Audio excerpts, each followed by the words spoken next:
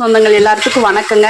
இன்னைக்கு வந்து நம்ம வீடியோல முறையா நான்வெஜ் செய்யறேங்க. புரட்டாசி முடிஞ்சிருச்சு, அதனால எப்படி மட்டன் குழம்பும் மட்டன் வறுவலும் கொங்கு நாட்டு ஸ்டைல் படி எப்படி வைக்கலான்னு காமிக்கிறேனுங்க. அதுக்கு நம்ம முதல்ல சாமிக்கு செய்ய போறதுக்கு முன்னாடி மட்டன் எடுத்துட்டு வரதுக்கு முன்னாடியேங்க சாமிக்கு விளக்கு பத்தி நம்ம வரகரிசியை தயிர் சாதமா பிணைஞ்சு சாமிக்கும் வச்சாச்சுங்க.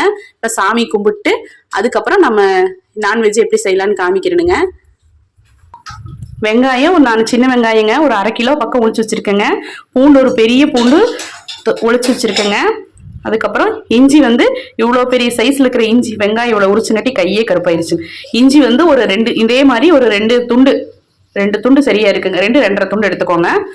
இப்போ இது கூட என்னென்ன போட்டு வணக்கலாங்கிறத காமிக்கிறேனுங்க. இப்போ ஒரு கடாய் வச்சுட்டுங்க, எண்ணெய் ஊற்றி குருமிளகுங்க, சீரகம், ஒரு துண்டு பட்டை, ஒரு 2 கிராம்பு, கொஞ்சம் சோம்புங்க, ஒரே ஒரு ஏலக்காய், இதை மட்டும் போட்டு நல்லா எண்ணெயில் பொரிட்டுங்க. பொரிஞ்ச உடனே நம்ம உரிச்சு வச்சுருக்கிறோமில்லங்க அந்த வெங்காயத்தை இதுக்குள்ளே போட்டுட்டு நான் உங்கள்கிட்ட காமிக்கிறேன். நம்ம வீட்டில் மல்லித்தூள், வரமிளகாத்தூள் நம்ம அந்த வீட்டில் நம்ம ரெடி பண்ணுறது இருந்தது போட்டால் தான் நல்லா இருக்குங்க. அது இருக்குதுங்கிறவங்க நீங்கள் வந்து தூள் கடைசியாக ஆட் பண்ணிக்கலாம். அந்த தூள் இல்லைங்கள இந்த ஸ்டேஜ்லேயே நீங்கள் கொஞ்சம் கொத்தமல்லி ஒரு டம்ளருங்க, வரமிளகா காரத்துக்கு தகுந்த மாதிரி போட்டு வணக்கி அதை தனியாக எடுத்து வச்சு அதை ஒரு பேஸ்ட்டாக அரைச்சிட்டு அதுக்கப்புறம் வெங்காயம் தனியாக வணக்கணுங்க. இப்போ நான் தூள் இருக்குதுங்கிறதுனால நான் இந்த இதையே உங்களுக்கு காமிக்கிறேன். இந்த மல்லித்தூளும் மிளகாத்தூளும் அரைச்சி வச்சிட்டிங்கன்னா ஈஸியாக வச்சிடலாங்க. அப்புறம் நான் இன்னொரு குழம்பு தூள் ப்ரிப்பேர் பண்ணி வச்சுருப்பேனுங்க. அது எப்போவுமே நான்வெஜ்ஜுக்கு நான் அதை மட்டும்தான் போடுவேன். நான்வெஜ்ஜுன்னு இல்லை, எல்லாத்துக்குமே அதுதான் போடுவேன். எல்லாத்துக்குமே சூட்டபிள் ஆகுங்க. நான் அந்த ரெசிபி உங்களுக்கு போடுறேன், அந்த பொடி எப்படி அரைக்கிறதுங்கிறது. இப்போ இது பொரிட்டுங்க, நான் வெங்காயத்தை உள்ள போட்டுட்டு உங்களுக்கு காமிக்கிறேன். பாருங்க, வெங்காயத்தை போட்டாச்சு. போட்டு ஒரு கையளவுக்கு உப்பு போட்டுட்டுனுங்க, கல்லுப்பு, அப்போ தான் சீக்கிரம் வணங்கி வருன்னு. நல்லா வணங்கிட்டுங்க. கருவேப்பிலும் ஒரு 2 இனுக்கு போட்டுனுங்க. இதெல்லாம் நல்லா வணங்கிட்டுங்க. இதை நல்லா வணக்கணும். இந்த பச்சை வாசமெல்லாம் போய் நல்லா வணங்கினதுக்கப்புறம் நான் எப்படி குழம்பை கூட்டி வைக்கிறதுன்னு காமிக்கிறேனுங்க. தக்காளி எல்லாம் எதுவும் போடாதீங்க. எங்கள் ஊர் பக்கம் அதெல்லாம் நாங்கள் போட மாட்டோம். இது அருமையாக இருக்குங்க, தண்ணி குழம்பாட்ட. நீங்கள் மஸ்ட் ட்ரை. இதை ஒரு நாள் செஞ்சு பாருங்கள், எப்படி இருக்குன்னு கமெண்ட் போடுங்க. பாருங்கள், ஒரு ஸ்பூன், ஒரு சின்ன ஸ்பூனில் ஒரு ஸ்பூன் பொட்டுக்கடலை போட்டுக்கலாங்க. நிறையா போட்டால் குருமா மாதிரி ஆயிரும். அதனால் சின்ன ஸ்பூனில் ஒரே ஒரு ஸ்பூன் பொட்டுக்கடலை போட்டிங்கன்னா குழம்பு வந்து நம்ம திக்காக இருக்கணும் இல்லைங்க கொஞ்சம், அதுக்காக தான் அந்த திக்காக தான் பொட்டுக்கடலை போடுறோம். இன்னொன்றுங்க, நான் சொல்கிறேன் இல்லைங்க, குழம்பு தூள் அதை அரைச்சி வச்சிட்டோம்னா இந்த பொட்டுக்கடலையெல்லாம் போட வேண்டியது இல்லைங்க. நான் அது உங்களுக்கு சீக்கிரம் அந்த ரெசிபி போடுறேன். பாருங்கள், வெங்காயத்தை நல்லா இந்த மாதிரி வெங்காயமே சாஃப்ட் ஆகிற அளவுக்கு நல்லா கோல்டன் கலர் வர வரைக்கும் நல்லா வறுத்துடணுங்க. வறுத்துட்டு சின்ன பவுலில், இந்த மாதிரி குட்டி பவுல் இருக்கும் இல்லைங்க, சாம்பார் பவுல், குட்டி பவுலில் நான் ஒரு அது ஃபுல்லாக தலை தட்டுற அளவு ஃபுல்லாக எடுத்துருக்குறேங்க மல்லித்தூள். அடுப்பு ஆஃப் பண்ணிவிட்டு அது போட்டுக்கலாம். நம்ம வேறு எந்த தூளெல்லாம் சேர்க்க போகிறது இல்லைங்க, மல்லித்தூள். இதில் ஒரு 2 டேபிள் ஸ்பூன் வரமிளகாத்தூள் சேர்த்துருக்கேன், அதையும் போட்டுக்கலாம். போட்டுட்டு அடுப்பு ஆஃப் பண்ணிவிட்டுங்க, நம்ம எப்பவும் போல் இதை நல்லா கிளறிட்டுங்க, நல்லா வணக்கி கொடுத்துட்டு இதை கொண்டு போய் நம்ம ஆறரைக்கு வச்சிடலாங்க. இதை ஆறி அரைச்சிட்டு வந்துட்டு உங்கள்கிட்ட காமிக்கிறேன்.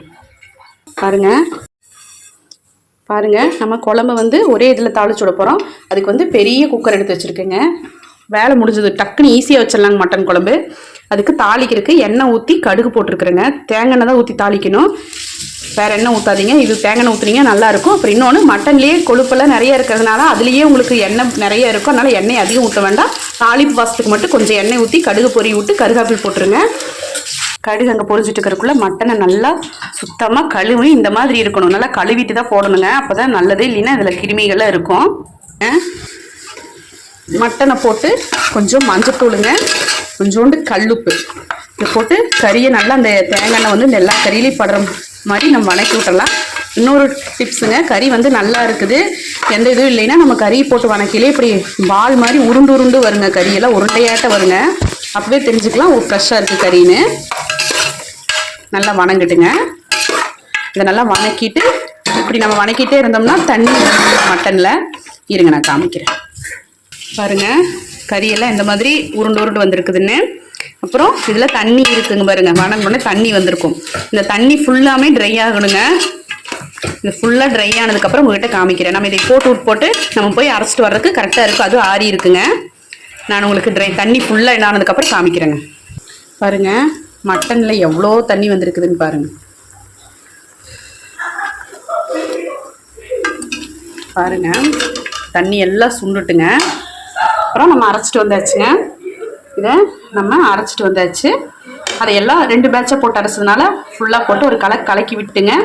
இந்த நம்ம பொடியெல்லாம் போட்டோமில்லங்க, அந்த தூள் அந்த ஒரு இதில் எடுத்து வச்சுக்கலாம் கொஞ்சம். ஏன்னா நம்ம இதை வச்சு தான் நம்ம கறியை வணக்கி விட போகிறோங்க.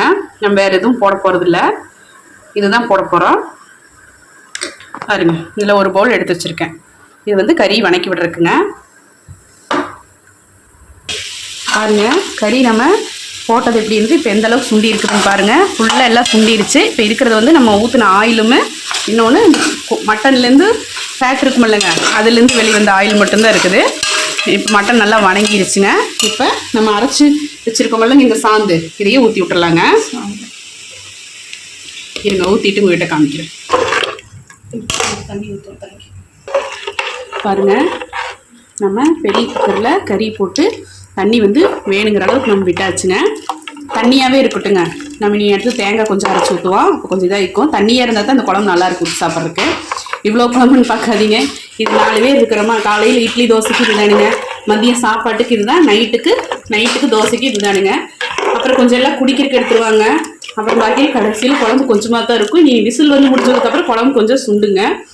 இந்த அளவுக்கு போட்டு எல்லாம் ஆட்டுக்கறியாக இருந்தால் நீங்கள் வந்து டிப் போட்டுட்டு விசில் போட்டோம். இது வந்து நம்மளுக்கு ஒரு இலை ஆட்டுக்கறியாக இருந்தால் ஒரு 3-4 விசில் விட்டால் போதுங்க. கறி கொஞ்சம் ஹார்டாக இருக்கிற மாதிரி இருந்தால் ஒரு 5-6 விசில் விட்டுருங்க. விசில் வந்து இறங்கினதுக்கப்புறம் உங்களுக்கு நான் காமிக்கிறேன். அதுக்கடையில் பாருங்க, தேங்காயை ஒரு கை அளவுக்கு தேங்காய் பூவுங்க, ஒரு 2-3 பட்டை, ஒரு 4-5 கிராம்பு, ஒரு இத்தினூண்டு போதுங்க. இது மட்டும் போட்டு நல்லா மையாக அரைச்சி வச்சுருக்கேங்க. தேங்காயை அரைச்சி வச்சுக்கலாம். அடுத்தது கறி வணக்கி விட்ருக்குங்க. ஒரு 4 பல்லு பூண்டு, ஒரு துணூண்டு இஞ்சிங்க, நல்லா 1-2 பாதியும் நல்லா இடித்து வச்சுருக்கிறேனுங்க. மல்லித்தலை கொஞ்சம் கிள்ளி வச்சுருக்கேன். இன்னொன்று பெரிய வெங்காயம் ஒரு குட்டியாக இருக்குது, இவ்வளோ சூடு தான் இருக்குங்க. 4 பெரிய வெங்காயம் கட் பண்ணி வச்சுருக்கேன். தக்காளியும் குட்டி தாங்க, அதனால் நான் 2 தக்காளி கட் பண்ணியிருக்கேன். நீங்கள் பெரிய தக்காளியாக இருந்தால் ரொம்ப பெருசாக இருந்தால் அரை தக்காளி பழம் போதுங்க. இனி நம்ம குழம்புக்குள்ளே தேங்காயை ஊற்றிட்டு எப்படி கறி வணக்கி விடலான்னு காமிக்கிறேங்க. பாருங்கள், அரைச்ச தேங்காயில் ஒரு 2 ஸ்பூன் எடுத்து வச்சுக்கலாங்க. கறி வணக்கிறதுக்கு வேணும். இப்போ குழம்ப நம்ம ஓப்பன் பண்ணியாச்சுங்க.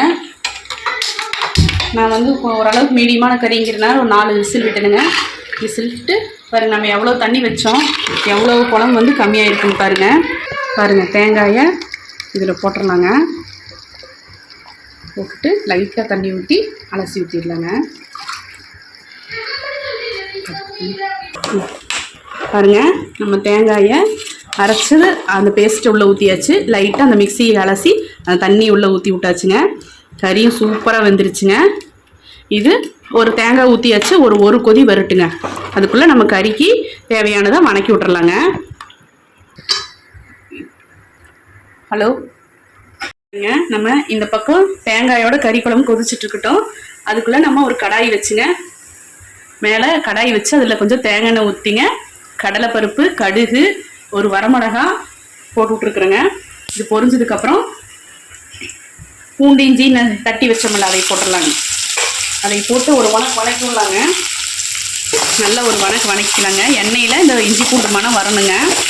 அப்போ தான் கறி வணக்கினா நல்லாயிருக்கும். இப்படி ஒரு வணக்கி கொஞ்சம் வாசம் வரட்டுங்க. வாசம் வர அளவுக்கு வணக்கிக்கலாம். குழம்பு வந்து நல்லா கொதிக்குது. ஒரு கொதி வருதுங்க. ஒரு கொதி வந்தால் நல்லாயிருக்கும். இந்த தேங்காய் அரைச்சி ஊற்றுறதுனால அந்த பச்சை வாசம் போயிடுங்க. போட்டு தாளிக்கிறதுக்கு கரெக்டாக இருக்குங்க. இப்போ வந்து வெங்காயத்தையும் தக்காளியும் போட்டாச்சு. இப்போ வந்து உப்பு வந்து நம்ம மிளகு கொஞ்சம் எடுத்து வச்சுருக்கோம் வணக்கிறதுக்கு. அதுலேயும் உப்பு இருக்குது. ஏன்னா வெங்காயம் வணக்கையில் உப்பு போட்டிருக்கோம். இந்த வெங்காயம் தக்காளிக்கு மட்டும் உப்பு போடுங்க, வேறு எதுக்கு போட்டாதீங்க, அப்போ உப்பு அதிகமாகிடும். இப்படி போட்டுட்டு நல்லா ஒரு வணக்கி விட்டுட்டுங்க. இந்த ஸ்டேஜில் புதினா தலை இருக்குது பாருங்க, மல்லித்தலையும் போட்டு ஒரு வணக்கலாங்க. பாருங்க, இந்த ஸ்டேஜில் மல்லித்தலை போட்டதுக்கப்புறம் புதினா தலை இருந்தால் ஒரு கை போடலாம். புதினா தலை இல்லைன்னா ஒரு அரை ஸ்பூன் புதினா பொடி என்கிட்ட இருக்கிறதுனால நான் அந்த அரை ஸ்பூன் புதினா பொடி போட்டுருங்க.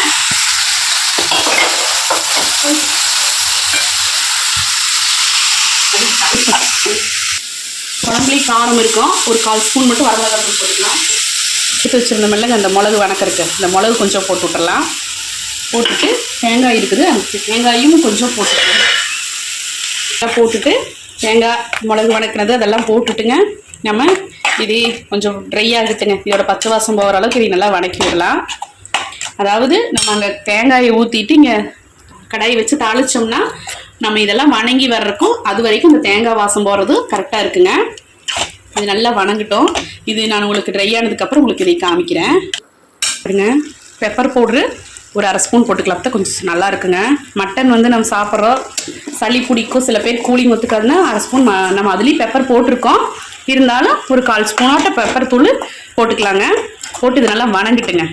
இதில் தண்ணி கொஞ்சம் லைட்டாக வற்றி வந்ததுக்கப்புறம் நான் என்ன பண்ணணும்னு காமிக்கிறேன். பாருங்கள், இந்த அளவுக்கு நல்லா தண்ணி ஊற்றுன தண்ணி எல்லாம் ஊற்றி பச்சை வாசம் போயிடுச்சு. இந்த ஸ்டேஜில் அந்த குழம்புலேருந்து கறியெல்லாம் நம்ம அரிச்சு எடுத்துக்கலாங்க. கறியை இந்த குண்டால் அரிச்சு எடுத்துடலாம். எடுத்து அதை இதில் போட்டு விட்டுறலாங்க. போட்டு நல்லா ஒரு கிளறி விட்டுறலாங்க. இருங்கெல்லாம் கிளறிட்டு உங்களுக்கு காமிக்கிறேன்.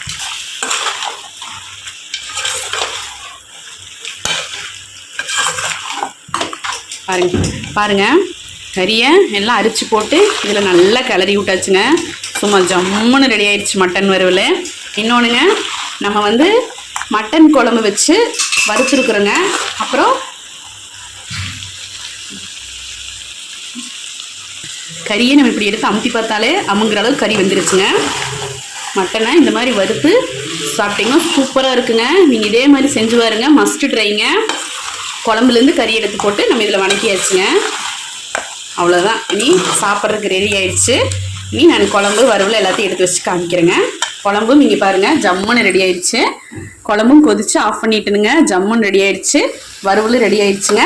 இன்றைக்கி நான் உங்களுக்கு காமிச்ச அளவு வந்து 1 கிலோ மட்டனுக்கான அளவை நான் உங்களுக்கு காமிச்சிருக்கேனுங்க. நீங்கள் இதே மாதிரி செஞ்சு பாருங்க, எப்படி இருக்குன்னு எனக்கு கமெண்ட் பண்ணுங்கள். சூப்பராக இருக்குங்க. நீங்கள் வந்து ஒரு கெடா வெட்டு விருந்துக்கு போய் சாப்பிட்ட மாதிரியே இருக்குங்க. இதே மாதிரி ட்ரை பண்ணி எப்படி இருக்குன்னு எனக்கு சொல்லுங்கள். நாளைக்கு இன்னொரு வீடியோவில் உங்களுக்கு இன்னொரு சமையலில் பார்க்கலாங்க. தனுகுரு விலாக்ஸ் எல்லோரும் சப்ஸ்கிரைப் பண்ணி வச்சுக்கோங்க. அப்போ தான் நான் வீடியோ போட்டால் உங்களுக்கு உடனே வரும். இது வரைக்கும் என்னோடய வீடியோவை பொறுமையாக பார்த்ததுக்கு ரொம்ப நன்றிங்க. நாளைக்கு இன்னொரு வீடியோவில் பார்க்கலாங்க. தேங்க்ஸ் ஃபார் வாட்சிங்.